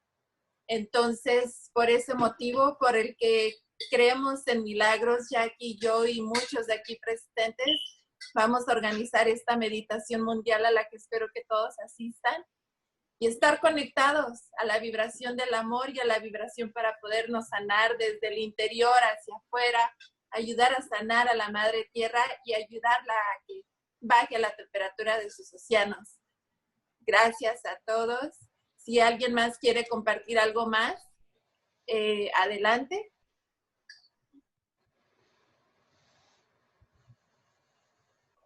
Go ahead, sweetie. Oh, okay. Well, I just had a question earlier for you, Guy, when you were talking about, getting the billionaires together, if this was a perfect world. Do you think that holding a conference of scientists like yourself and Ye Tao and, ICE 9/11 could help attract those billionaires? Like, could we open a platform of conversation? Because what we're seeing in like downtown Seattle and around the United States now with the murder of George Floyd is that with the grassroots movement, politicians are starting to step down. Police superintendents are being fired. Laws are changing. So things are happening. So could we not stir the pot as well with you scientists and spiritual leaders to get the public opinion changed and start to create this tidal wave of change, and so that people in power will have to make different decisions? Question mark. Okay, voy a traducir. Pregunta Melissa que se supone, Guy, que comunicando con los billonarios, como Guy mencionaba, necesitamos comunicar con ellos porque los recursos. Pudiéramos hacer una conferencia de científicos como tú, Guy, como Dr. Ye Tao de Harvard, como la gente de ICE 9/11, and I'm just going to editorialize what's ICE 9/11. ICE 9/11 es otra solución en paralelo con lo de Harvard, de Dr. Ye Tao, de también cómo reflejar más sol afuera para enfriar el planeta. O sea, hacer una conferencia de todos estos científicos y mediante eso pudiéramos atraer mediante esa plataforma de conversación, cosas positivas y la atención del mundo y la atención de los billonarios, porque viendo lo que pasó con el señor George Floyd y la violencia en las ciudades, los políticos, muchos están echándose para atrás. Yo renuncio. Las leyes están cambiando, cosas están sucediendo. Pudiéramos nosotros stir the pot, ¿sí? Mezclar el caldo, pues, entre los líderes científicos y espirituales, quienes estamos aquí, y empezar a crear esta ola de cambio. Go ahead, Guy. It certainly couldn't hurt. Let's do it. Dice que I don't know what motivates people with a lot of money other than money. And I was contacted by Steve Wozniak many years ago about moving to the Southern Hemisphere to try to extend his run on the planet. And not long after he contacted me, he moved to Tasmania, the southern island state of Australia. And so apparently some people are capable of taking on this information and then taking personal actions that benefit them. I would like to believe that people have that ability to take actions that benefit all of us. We'll see. I would love to have a conference of some kind. Virtual would be better, I think, because time is so short. And can we get the attention of the people who matter, what George Carlin called the owners? That remains to be seen. But I have been able to tap into the knowledge of at least a couple of people who most of us would consider very wealthy from a financial perspective.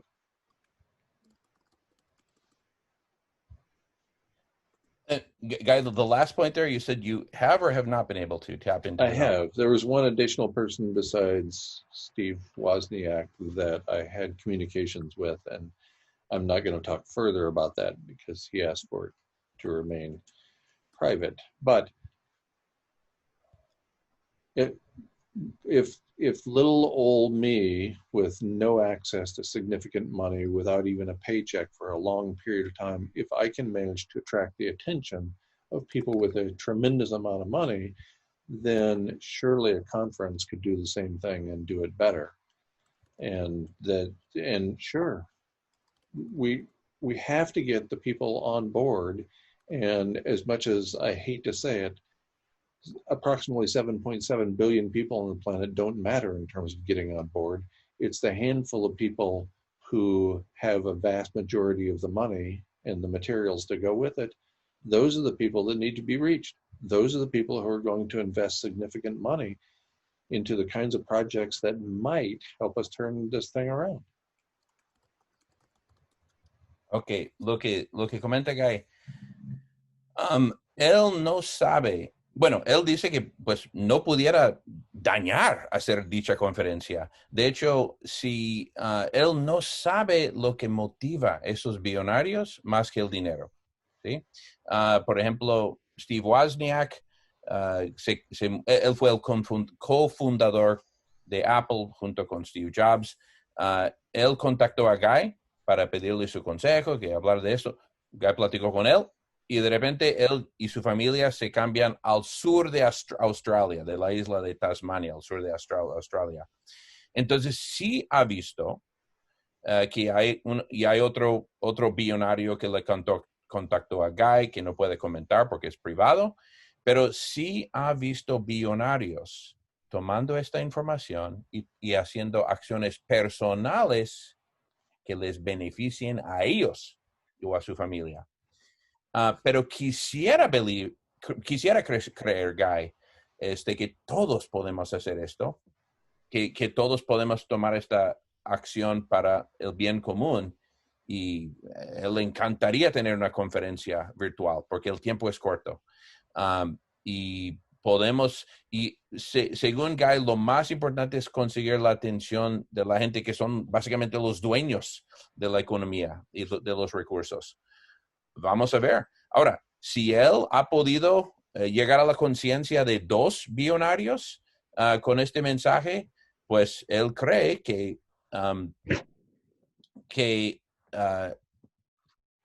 una conferencia pudiera atraer mucha más atención. ¿Sí? Entonces, pues sí. Entonces, esa es la gente que tenemos que llegar a su conciencia. Hagamos la conferencia.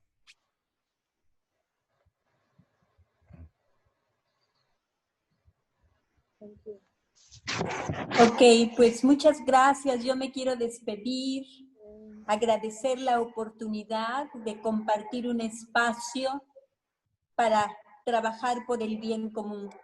Muchas gracias, Guy. Seré una promotora de tu reflexión de tu propuesta y estoy segura que entre todos lo vamos a conseguir.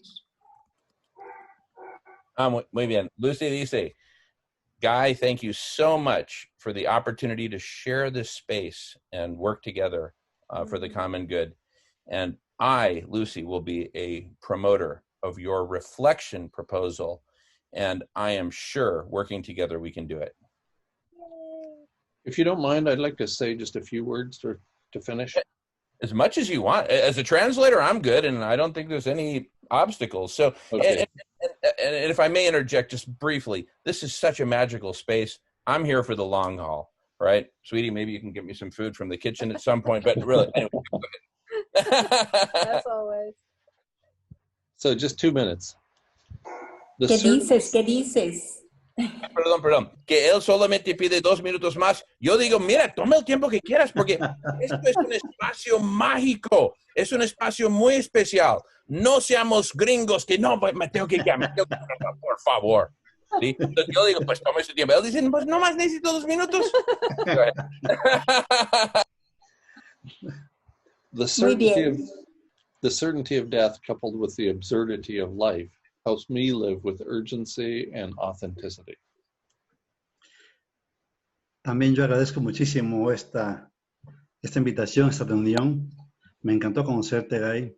Me encantó darme cuenta que hay grupos de seres humanos como nosotros que estamos muy interesados y trabajando en favor de la vida. En favor de la vida.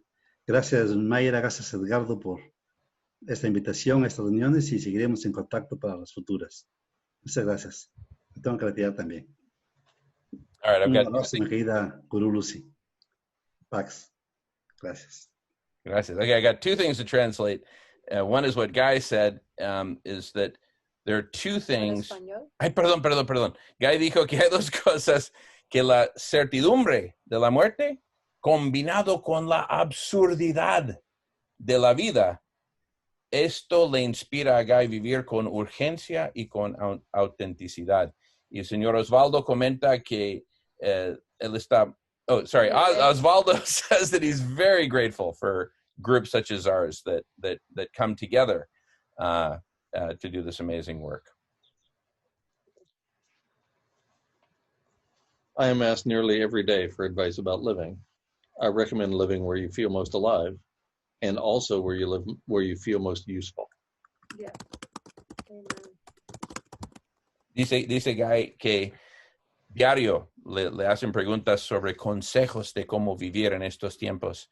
Y él siempre dice, vive donde te sientes más vivo y más útil. ¿Dónde y cómo vives más vivo, más que estoy vivo y más útil? Mm-hmm.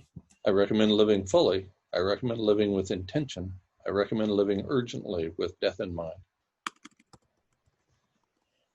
También recomienda vivir plenamente, de una manera llena, con intención y con urgencia y con la muerte en mente. I recommend the pursuit of excellence. I recommend the pursuit of love. Recomiendo que persigamos la excelencia y también el amor. Pursue right action. Do not be attached to the outcome. Que persigamos la acción y no tener ningún attachment, ningún que terco, que tiene que ser así, ¿sí? De dejar ese attachment. Ningún apego. Ligo, eso. Perdón, otra vez, Mayra. Ligo a Ningún apego. ningún apego. Que no estemos apegados a algo. Eso, gracias. In light of the short time remaining in your life and my own, I recommend all of the above, louder than before. Que dado el corto tiempo que nos queda en tu vida y en mi vida, recomiendo todo lo que hemos que se ha comentado, y ya. More fully than you can imagine, to the limits of this culture and beyond. Que de manera más llena y plena que se puede imaginar, ¿sí? Hacia los límites de esta cultura y más allá. For you, for me, for us, for here, for now. Para ti, para mí, para nosotros, para aquí y para ahora. Live large. Be you, bolder than you've ever been. Live as though you're dying. The day draws near. Vive grande, seas tú misma, tú mismo, y vive con urgencia, porque queda poco tiempo. And gracias to all of you. Y thank you a todos ustedes. I'd like to add. Muchas gracias, Guy. Gracias. I'd like to add before we go, thank you, all our guests. Thank you, everyone, for coming. Lucy, I love you. Thank you, Jamin, for translating. Thank you, Myra, for being my sister and helping to create this space. Guy, I want to honor you. I want to honor your truth and your science and your willingness and availability to receive this conversation. And I know in my heart, and I know in my consciousness that we are all in frequency and vibration. And the space that we've had here, the sacred conversation that we've had has already created. And I am with Myra. This is magical. And awareness goes, energy flows. And the fact that we've all concentrated intentionally right here in this space has already started a rippling effect. That is, so I just want to honor that and say thank you again. Ya, mi hermana Jackie dice que esto es algo mágico y que hacia donde va la energía, fluye la energía. Y que ella ya se está sintiendo estas olas que se están transmitiendo. Uh-huh.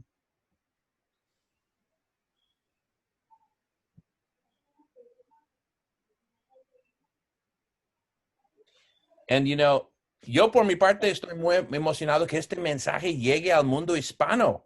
See, I am super excited that this message can now get to the Spanish-speaking world. It's been a long time overdue, and Guy, I think your message will be very, very welcome, well received, and stimulate conversation, because in the Spanish-speaking world, we love to talk. Porque en el mundo donde hablamos español, nos encanta hablar. Hablamos y hablamos y hablamos. Así de que esto va a iniciar conversaciones. Yo quiero agradecer mucho esta reunión tan valiosa y tan productiva. Estoy muy agradecido con Mayra, que nos invita muy generosamente, y por supuesto con Yemen, que hizo una muy buena traducción bilingüe, y igual a Jack, Mayra y todos los demás compañeros y hermanos. Y estoy muy agradecido con Guy. I think that, Guy, you are very great man of science. It's very important to make this kind of message to the whole world. Your words are full of wisdom. Thank you very much. Muchas gracias a todos. Me retiro. Muchas gracias. Sean muy felices. Hasta luego. Muchas gracias, Edgardo. Siga viniendo, hombre. Claro que sí. Lo esperamos. Gracias. Thank you. And with that, I'd like to say thank you, everyone. In the GGFnet, we have a little salute that is called Pax. In Sanskrit, it's called peace be with everybody. Muchas gracias nuevamente. Gracias. Thank you. Gracias. Thank you, Jamin, for making this possible and translating. Hopefully this message goes all the way to Latin America. What an honor. And for you all and for Guy, my services are eternally free and available. En serio, cuando se requiera, si yo puedo facilitar en traducción o lo que sea, a sus órdenes, mis servicios son gratuitos. Es un regalo que doy al mundo, a ustedes, mi familia, mis hermanos, my brothers and sisters. Gracias.